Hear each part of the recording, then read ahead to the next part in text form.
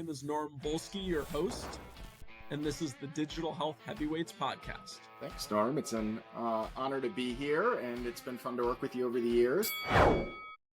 Hello, and welcome to the Digital Health Heavyweights podcast with your host, Norm Volsky. And today we are pleased to have Matt Buder Shapiro joining us. Matt is the Chief Marketing Officer of Vytalize Health, and we are thrilled to have him on the pod. Matt, what's going on? What's up, man? How you doing? Everything's great. So for all of our listeners and viewers, I tend to mention I'm from Cleveland, Ohio a bunch on the pod, as is Matt. So Matt, educate the listeners and viewers, tell them that all the land has to offer.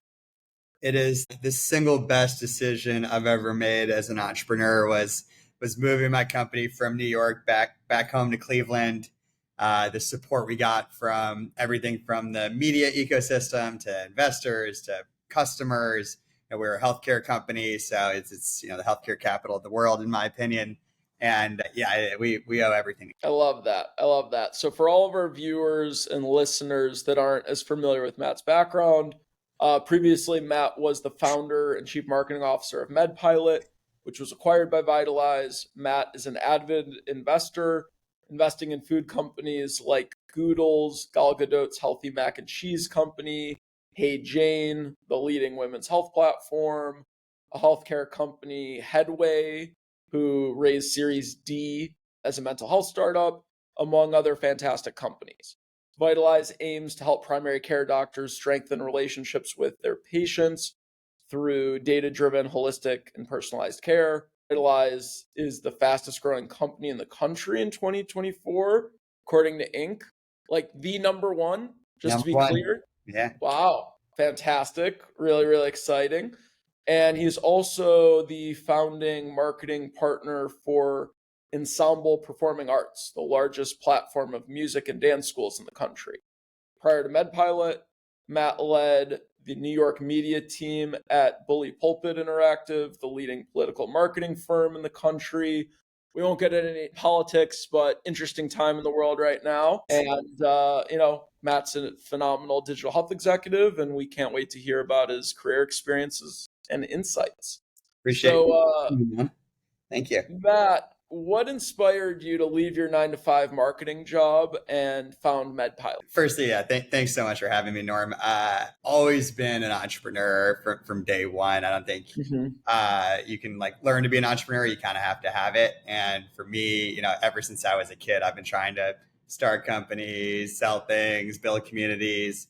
It was never an if, it was a when. And I really wanted to build some technical skills in my life before fully jumping into it as an adult. So I chose marketing. I figure you either have to be building or selling at a company. And I was not a very good programmer. I did give it the old try, but that was not my skill set. So I went more in the selling path and picked up some technical skills in marketing and doing it in the political arena on Madison Avenue, and then got the opportunity to start MedPilot. And tell me about how the idea popped up. Why did you choose healthcare when you decided, hey, I want to start my own company?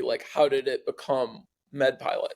Yeah. So the idea of MedPilot was around the fact that over 70 million Americans are burdened by medical bills. It's not just bad for all of us as patients. It's also detrimental to a lot of healthcare providers who are not able to, run an effective business because their clients, struggle with being able to pay them. So really, there's two sides of the coin that are struggling. MedPilot, like all startups, had lots of pivots. We started off in the direct-to-consumer model of really trying to work with each patient one-to-one and help them effectively manage their expenses. Not a very good business model for us. It turns out the same people that can't afford their medical bills probably can't afford a service to help them with their medical bills. So we pivoted to the B2B model and started partnering up with healthcare providers so we could not just work with a bigger scale of patient population, but also charge the healthcare provider if we're able to do our job right. And so it was awesome. We scaled that company over 7 years to help over 1 million patients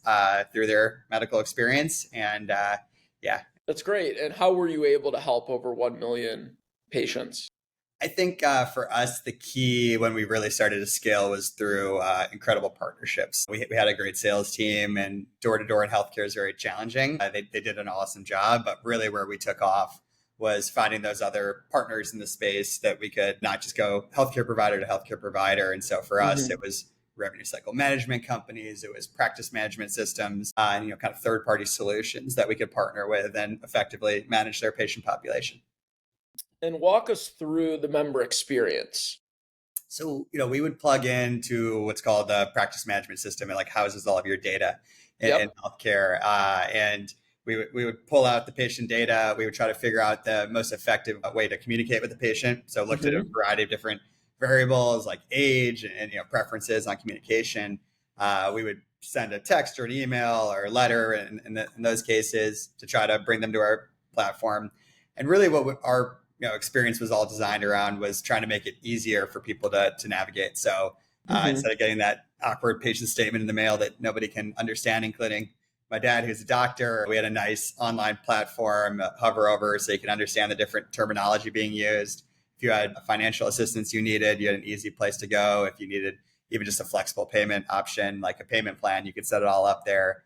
And the beauty was that was the kind of the member experience. On the back end, we had a CRM that was built for revenue cycle management departments. So they could all kind of manage it in one place. It was like a Salesforce for the admin side of healthcare. So, yeah. Great. Walk us through how you built out your marketing function as CMO. So for us, I would say 90% of the time at MedPilot, our marketing function was me, myself, and I, and some third parties that I could kind of pull in along the way. I have a partner that used to be in a cubicle. Now he has his own office, but as a way to give himself clout. He used to be like, "Oh, sorry, let me shut my door," and he'd just kick his desk to make the noise, the door shut. So sometimes you got to fake it before you make it. Have to. We're all on that journey. And I feel like for me, it was very humbling. I went from running the New York media team for the largest political marketing firm in the country. And then you go into starting your own business and you're like, oh, wow. You think about marketing very differently when you're taking out of your left pocket, you're putting in your right. I really looked at budgets differently as a founder. And so for me, it was just hustling and a lot of growth kind of hacking. It was hustling to get into PRs, hustling to build your brand and try to speak as much as possible. I would probably be banging on your door to try to get on your podcast and anything you could do to build your profile as a thought leader. And now I'm banging down your door to get you on the podcast. So it never ends. Yeah. Always trying to hustle. I love it. So walk us through just the successes you're most proud of from your time at MedPilot. I would say more than anything, the stat that makes me proudest is we had a 98% patient satisfaction score, which was just wild for me because we weren't fully billing focused. We did other administrative stuff surveys and appointment reminders, but that admin side is not the best part of the day for anyone. And so for us to have that 98% patient satisfaction to make that process a little bit better, it meant a lot to me. And that's why I think a lot of people get into healthcare. It's so much more than dollars and cents. It's you really get a feeling of being able to help people. And so that was awesome. All right. Tell me about maybe first customers, funny stories, all that kind of thing. I mean, for me, it was not easy getting a first customer, as you can imagine, as a first-time entrepreneur, not a proven product. Healthcare is very sensitive, what we're dealing with. So walking in the door, saying, "Hey, can I get all your patient data? I'm going to go do my thing."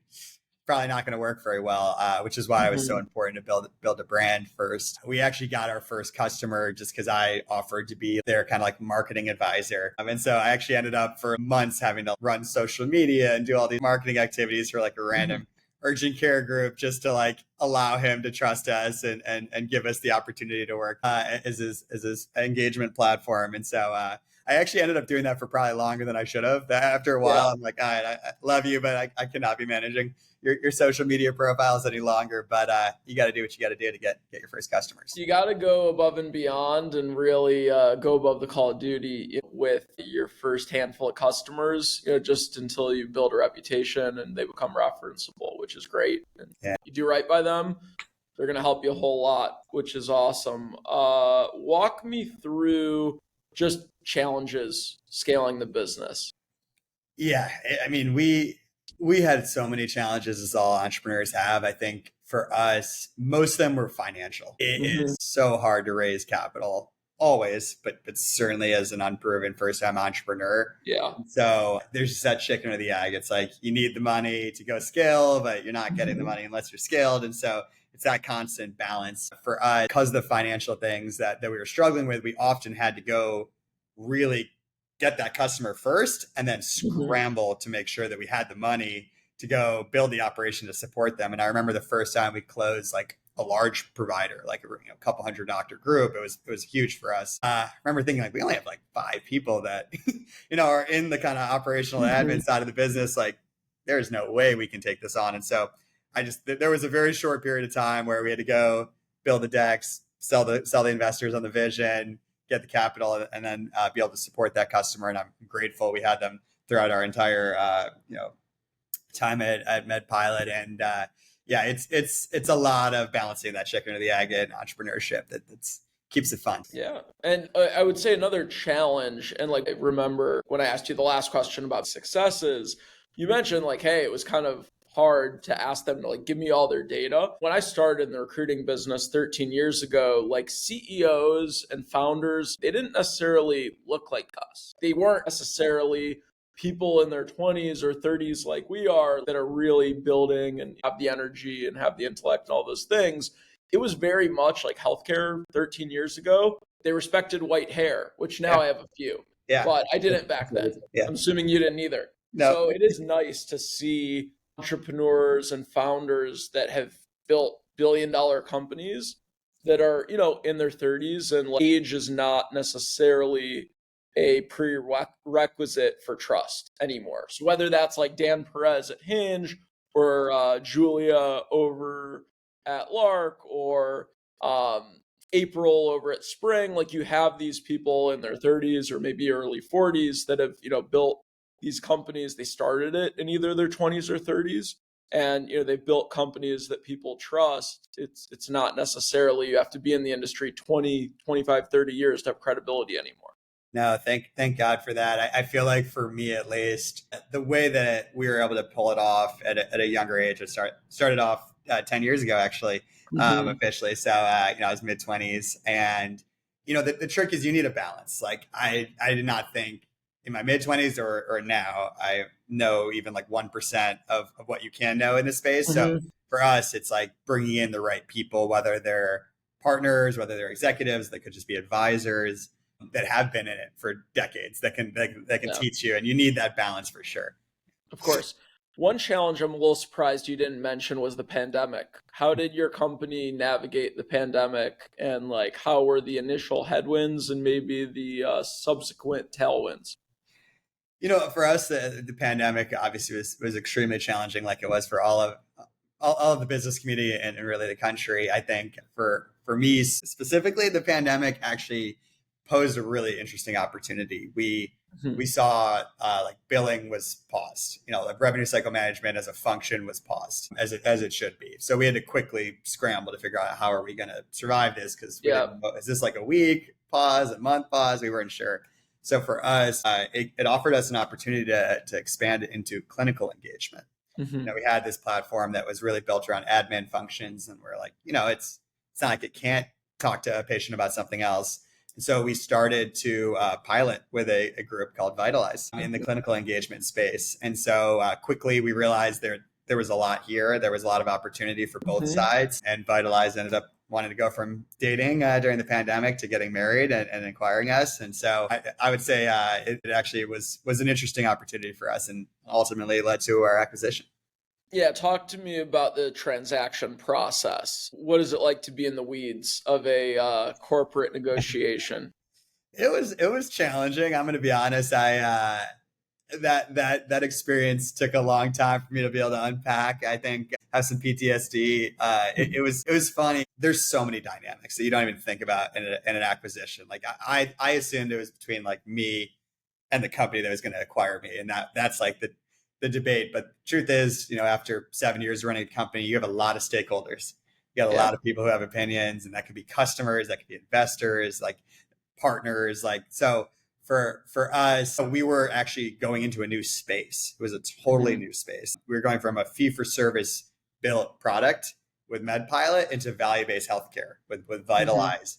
And so, we had a variety of different investors that had different opinions about if that was even a good space, let alone a good company. And so I think it was very challenging. We spent a lot of time having to really figure out if it was a good fit for us. I think for me, one of the proudest moments was not just the day of the acquisition, although that felt amazing. It's now sitting here 3 years later, or through earnouts or through all that stuff. And anyone who had second guesses or mixed opinions on if it was a good fit for us at the MedPilot, I would say emphatically the answer is yes. Good.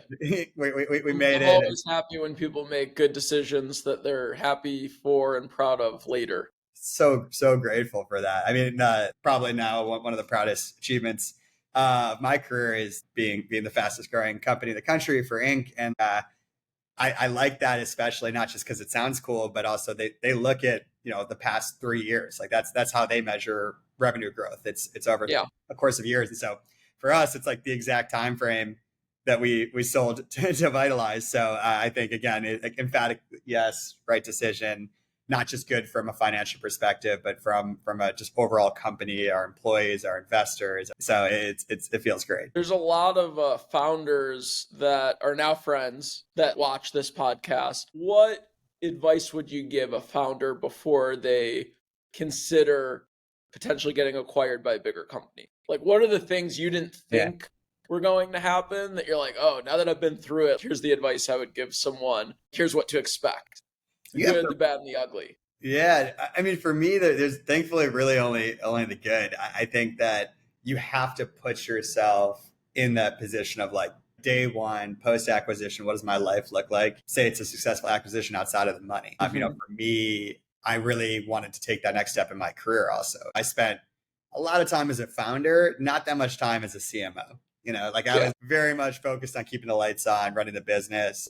Barely was getting a chance to really market and grow. So at Vitalize, I was really focused on like, what does my career look like post day one? And it was awesome. I mean, I came in, there was no marketing team. There was no function. I was the first full-time marketing person at Vitalize. And so I came in as CMO of nothing. And it was incredible for me just as a growth potential to get to build out that function again and have that startup experience again within a company. And so I feel like entrepreneurs should really think about like, what does your career trajectory look like in that new business?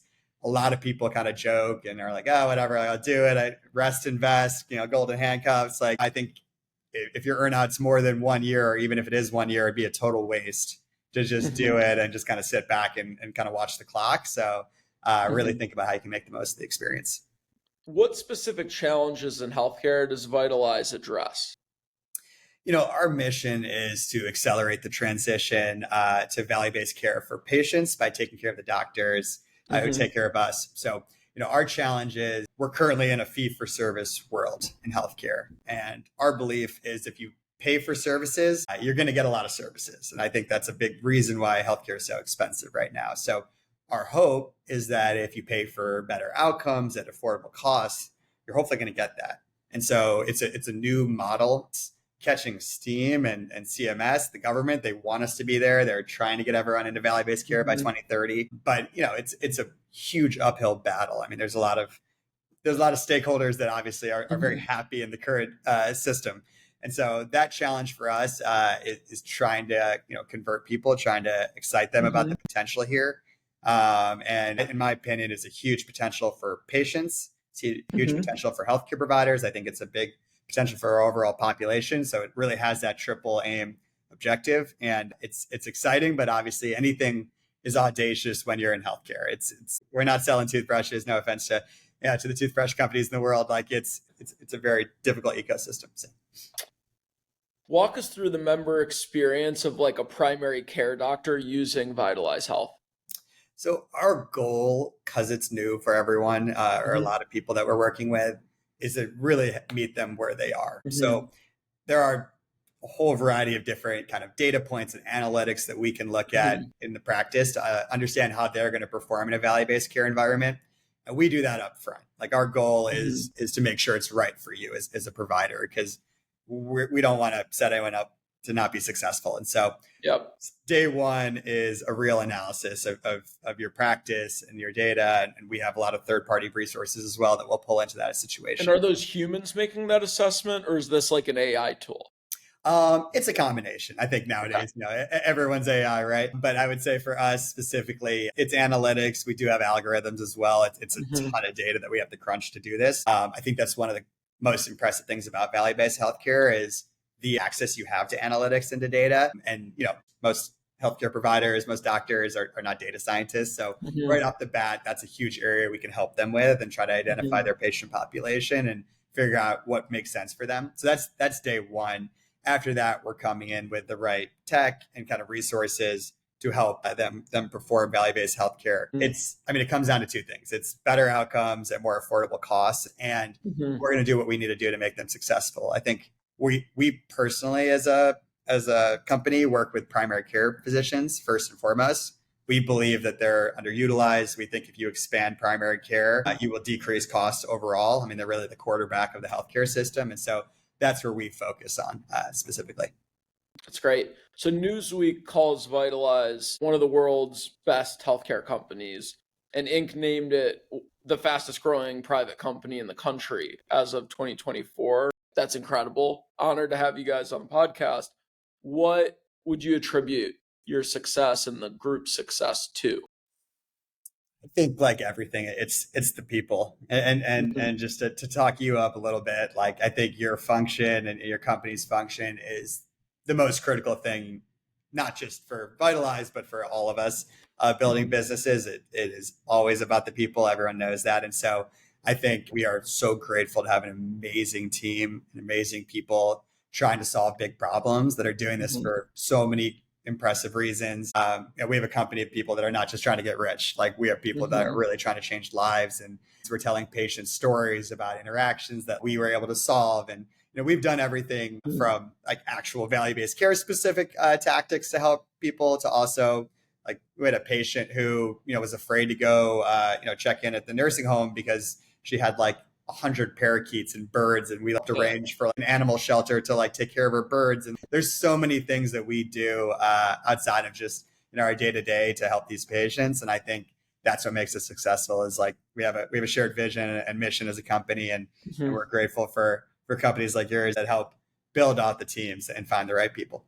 That's great. Well, Newsweek and Inc., they don't just say things willy-nilly. I don't care how good your CMO is. Like they're not just going to put something with their name behind it if it wasn't true. So, what I would say is with all that success has to be a great culture at the core of it. Like how do you think about building culture, and how did Vytalize really build the culture it has? We have a unique culture because of how we work. We're fully remote.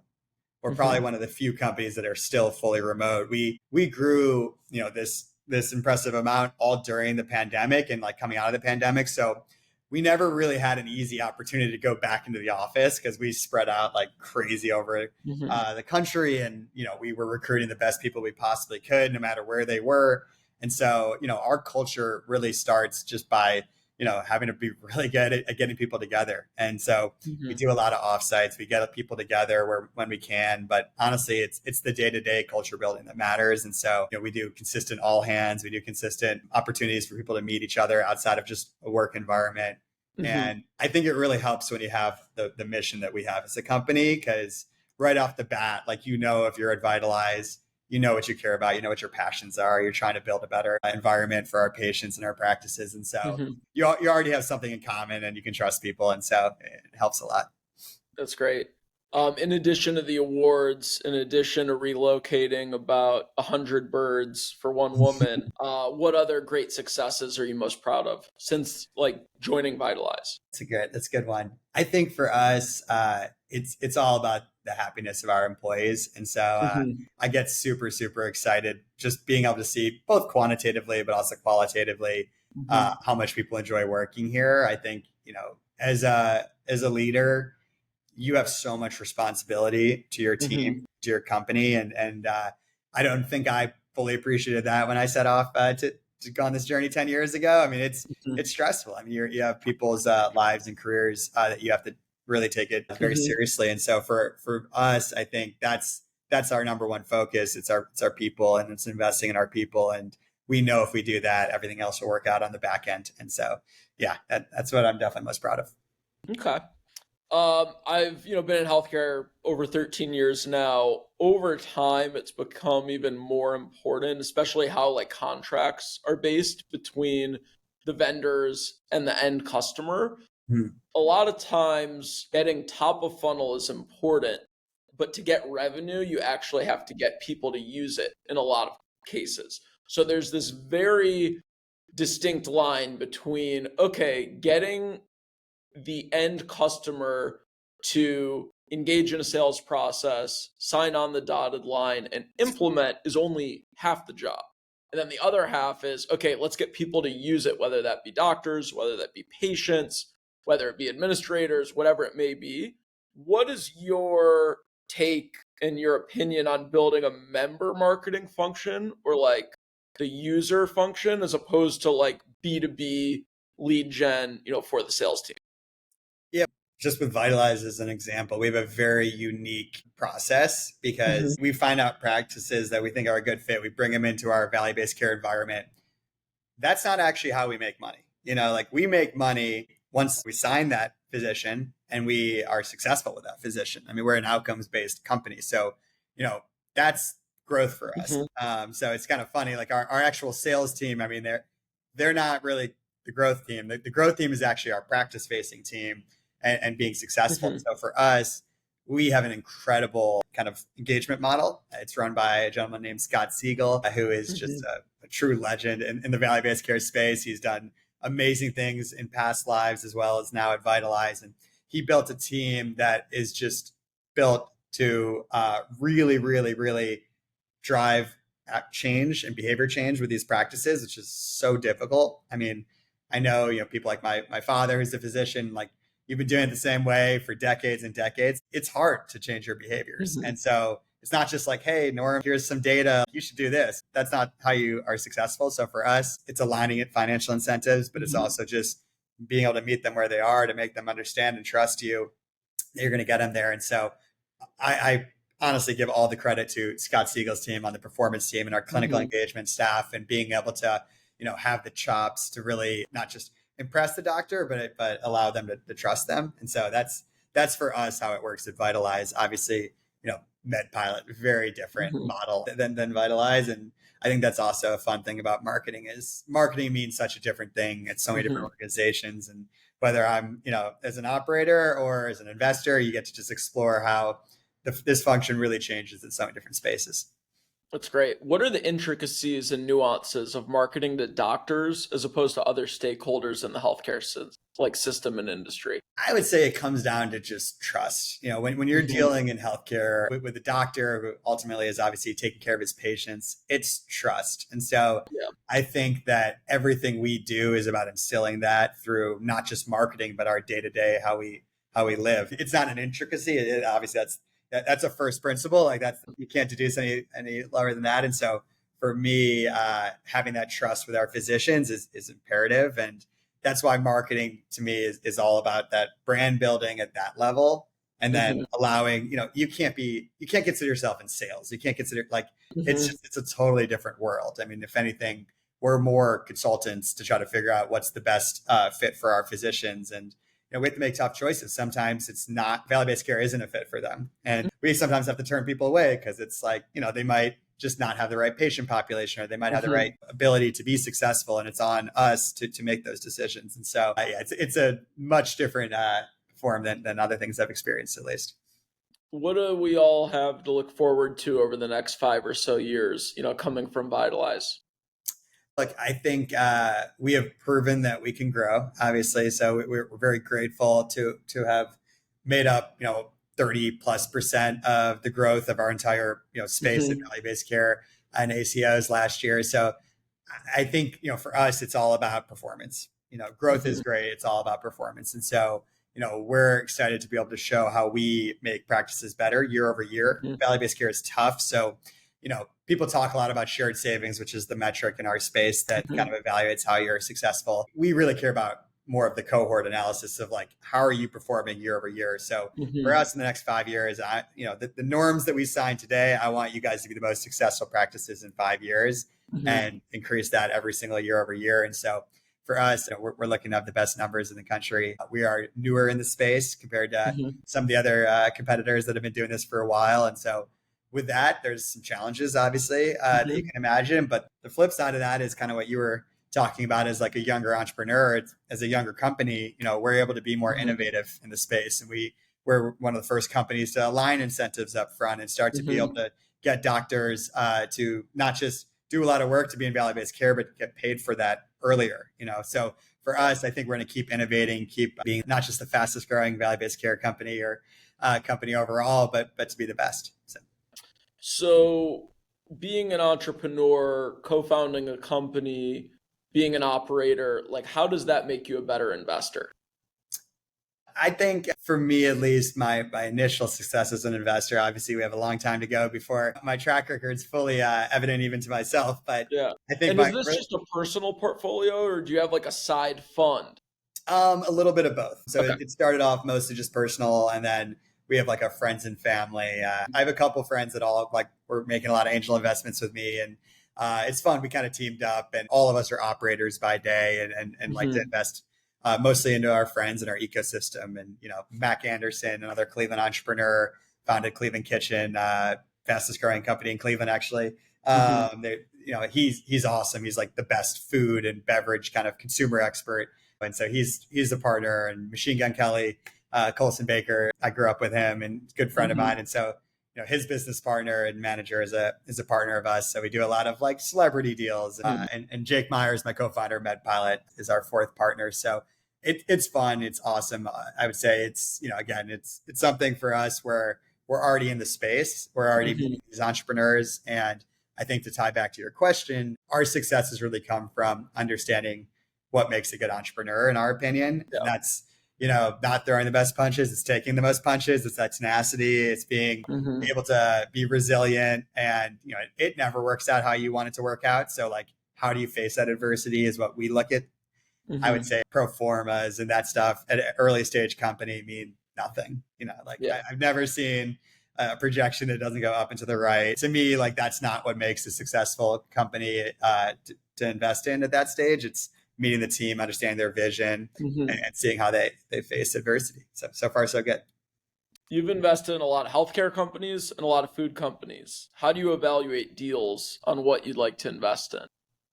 I'm a marketer. So for me, I'm looking at the growth strategy. I'm looking at how they think they can grow sustainably. I will immediately stop talking to a company if it looks like the only way they're going to grow is if they get, this $10 million Series A and then they're going to go buy a bunch of stuff. And it's like, this is never going to work. So I want to see that they have a growth strategy that can work on a shoestring budget. I spent 7 years in MedPilot with barely any marketing budget, right? So there are ways to grow outside of just throwing money into ads and expensive things. And so that's what I'm evaluating companies for.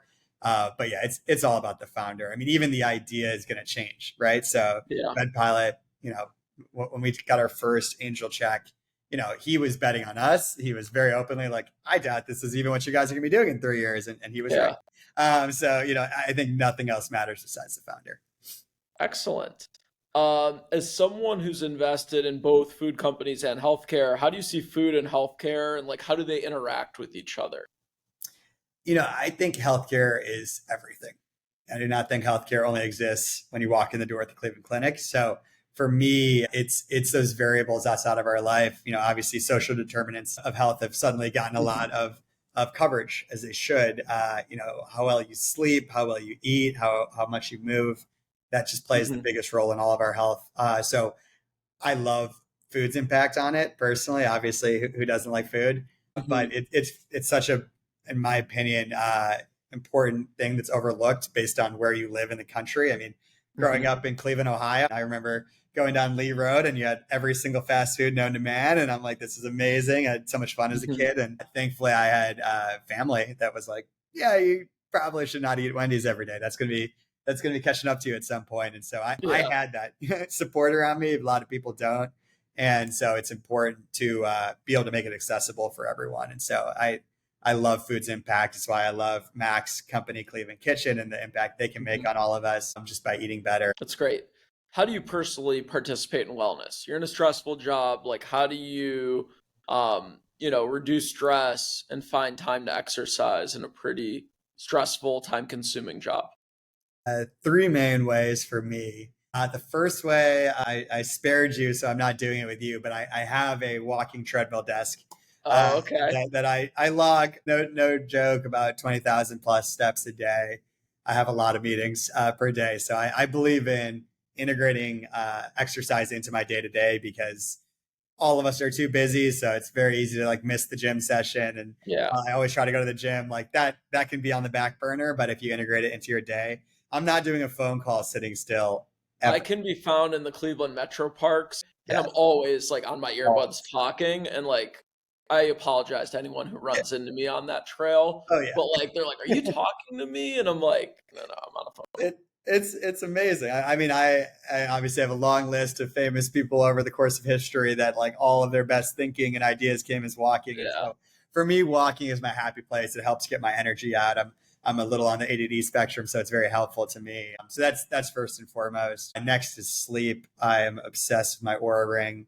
That is my boss. I listen to it. It dictates how many cups of coffee I'm going to have that day. It tells me how many drinks I should have at night. So I really rely on data and that Aura Ring to help my sleep. I have a baby on the way, literally any day now. Congratulations. So thank you. That's going to change my my sleep scores a lot. So And that's your first? it is my first, yes. Well, I'm So very excited for you. You're going to be a great dad. And yeah, my best advice is definitely invest in some AirPods. It yes. definitely is easier when you're up at 3 a.m. and your baby's crying to hold them and console them, but also like have a little music in the background, drowning out the like just ear ringing cries. Right. If I it's love just a that. little softer, it's easier to be patient. I love that. That's very good advice. And it's probably the area that I'm most like having to mentally get ready for it because I really prioritize sleep. So that is going to be a big change for me for sure. Well worth the sacrifice, I promise Yes. you. No, we're so grateful. So thank you. And then actually it's a good segue because my third thing that I do is it's all about my family and my close friends. And to me, like that's what makes it all worth it. It's very easy to get caught up in the day-to-day stresses of building a company. And there's a lot of things to be stressed at. And I've learned no matter what stage you're at, like founding a company or, after we've raised a couple $100 million+ like it's still stressful. There's still things going on. But when you surround yourself with important people, it makes it a lot easier to balance that. And you mentioned you love food. I'm a foodie myself. I think a lot of healthy eating is just like being creative and trying new things. So what I've been trying to get viral on the pod is, people to share recipes and hopefully people try something new that maybe they never thought to make at home before. Any healthy go-to recipes that you really like in your rotation that maybe inspires someone to try something new that, might allow them to be healthier? I love that. I mean, look, I'll be honest. I'm not going to miss this opportunity as a marketer and as a small angel investor to not plug a couple of my companies. So full disclosure, obviously. But the reason I got involved in Goodles, which now is one of the fastest growing food companies in the country, it is because of the product and because of their take on it. And Jen, the CEO and co-founder with Gal Gadot, and then another co-founder is the former founder of Annie's Mac and Cheese. They came together to build a healthier mac and cheese. And so I love that because it's like, can you make a food that's delicious and that we all are craving, actually healthy? Comfort food. Food, right? Yeah. So like, I love that. So I strongly urge everyone to try Goodles. You don't feel guilty. They have a dairy-free option. I'm lactose intolerant. They do. Yeah. All right, I'm gonna Vegan buy is it. Believing is the name, and it's delicious. As a fellow Jew, I'm also lactose intolerant, so I can promise you it's a fantastic vegan mac and cheese. And then also, for me, I put Cleveland Kitchen's products on everything. So their kraut, their kimchi's, Great for your gut health. It makes everything a lot It's better. always in my fridge. Like Yeah. I always have their roasted garlic sauerkraut, and I always have their kimchi. Uh, Unless I happen to go to the Asian market where I get like yes. one of the Yeah. huge ones. But when I'm just at a normal grocery store, Cleveland Kitchens, kraut, The and best, man. kimchi are the best. It spices everything up, and I'm not a great chef, so I'll spare your listeners on trying to come up with a good recipe. So for me, it's all about like basic things that can make something taste good, and I love Cleveland Kitchen for that because a basic sandwich suddenly tastes good and is fun. All right. Well, for all of our listeners, I actually have a new recipe I just started. I'll post it on my LinkedIn in the next couple weeks. It's like a farro salad. You can get like Oh, partially cooked farro at Trader Joe's, and then summer vegetables and like homemade vinaigrette. It was awesome. I ate it all week, and oh I my did God. not feel like I was depriving myself. I felt like, wow, this is a very tasty and filling meal. So I'll post that one for everyone. But Matt, really appreciate you joining the podcast. Really impressed not only in what you built with MedPilot, but what you continue to do at Vytalize. So again, Matt, thank you for joining on the podcast, and keep doing what you do. We're hoping 2025 Vytalize stays at the top of fastest growing companies by Inc. Thank you so much. And again, what you guys do at your company is why we're all successful. So thank you. Thank you. Appreciate it. Thank you for joining. Please like, comment, and subscribe below if you enjoyed it.